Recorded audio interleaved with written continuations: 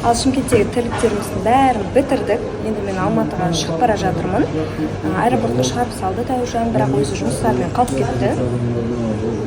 Бір қимай қалдым, бірақ сонда да менде кетуім керек болды. Алматыда тоже жұмыстарым бар деген сияқты. Сол қазір осындай қарным ашып қалған соң, қарным тойдырып. Қарным ашса мүлдем настроение болмай кетеді негізі. Мен сол үшін бірінші очередь қарным тойдырып аламын. И все, дальше менен бақытты адам жоқ деген сияқты. Қарным тоқ болса болды.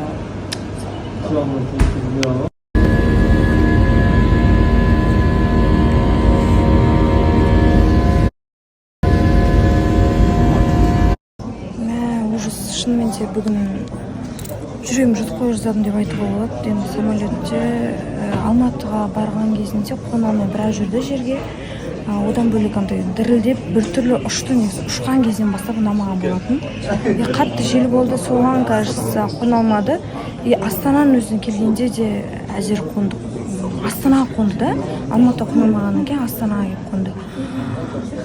Қатты қорықтым, шын керек, как будто самолет вообще қонбайтын сияқты, қоналмайтын сияқты болып. Мен ойладым, самолетта бірдеңе не толып келе жатыр өздерінде депші, себебі андай дірілдеп сөйтіп ұшты да ұшқан кезінде де. В общем, Астананың аэропортында отырған, енді қазір білмейміз. Алматыға қайттан қашан ұшамыз деген сияқты тоже белгісіз. Вообще настроение ноль болып кетті. Қатты қорқып кеттім, шыны керек. Енді біз тағы да Алматыға ұшайын деп жатырмыз. Самолетке отырдық қазір. Астанада погода қазір көрсетіп осындай жаңбырлы, жел, суық болып тұр. Кәдімгідей Алматыға үйреніп қалыппын. Сағынып қалдым Алматыны уже. Енді осы жол бұрағына ешқайға қонбай, басқа қалаға қонбай, Алматыға қонсақ деп ойлаймын. Қонатын шығармыз деп үміттемін. Бірақ енді жаңағы қорыққаным бәрі басылды. Қасымда жақсы адамдар болды деген сияқты. Көңіл көтеріп, кішкене сөйлесіп, солай қайттық. Сол. Андайлы все к лучшему. Зато жаңа адамдармен таныстым деген сияқты. А так менде бәрі жақсы, уайымдап жатқан жандарым өте көп екен, уайымдамаңыздар. Сол, менде жақсы бәрі. Шыны керек, соңғы кездер самолет адреналин болып кетті. Бүгінде де еще қорқынышты, кәдімгідей Алматыға қона алмай біраз адреналин болды ғой. Енді көп сұрап жатыр, Дәуіржан неге қасында емес, хабарласма, жазма деген сияқты. Жазды, хабарласты.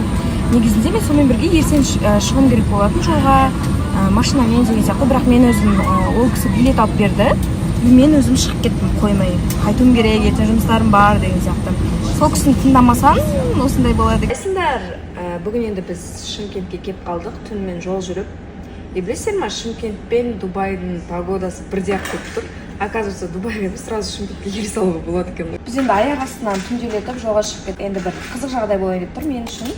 Сіздер үшін де қызық болады деп ойлаймын. Енді оны келесі стористерде көретін боласыздар. В общем, Шымкент